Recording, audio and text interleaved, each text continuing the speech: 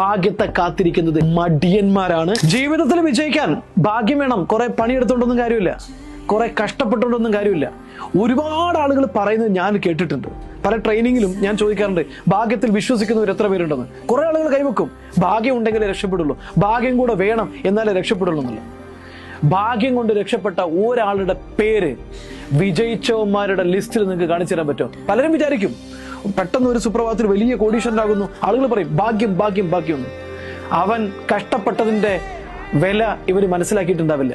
അവന് കണ്ണീരൊഴുക്കിയതിന്റെ, ത്യാഗത്തിന്റെ, പ്രയാസത്തിന്റെ, വെല്ലുവിളികൾ അനുഭവിച്ചതിന്റെ, അതിനെ നേരിട്ടതിന്റെ, രാത്രി ഉറക്കമൊഴിച്ചതിന്റെ, കഷ്ടപ്പെട്ടതിന്റെ, കരഞ്ഞ് കരഞ്ഞ് കരഞ്ഞ് ഉറങ്ങാതെ കിടന്നുറങ്ങിയതിന്റെ ഒരു വേദനയുടെ പങ്കും ഇവരറിയില്ല. സക്സസ് എന്ന് പറയുന്നത് അർഹതയിലൂടെ നേടിയെടുക്കുന്നത് മാത്രം തന്നെയാണ്. പണിയെടുത്ത് റിപ്പയർ ആയി നേടിയെടുക്കുന്നത് തന്നെയാണ്. ഭാഗ്യത്തെ കാത്തിരിക്കുന്നത് മടിയന്മാരാണ്, അലസന്മാരാണ്.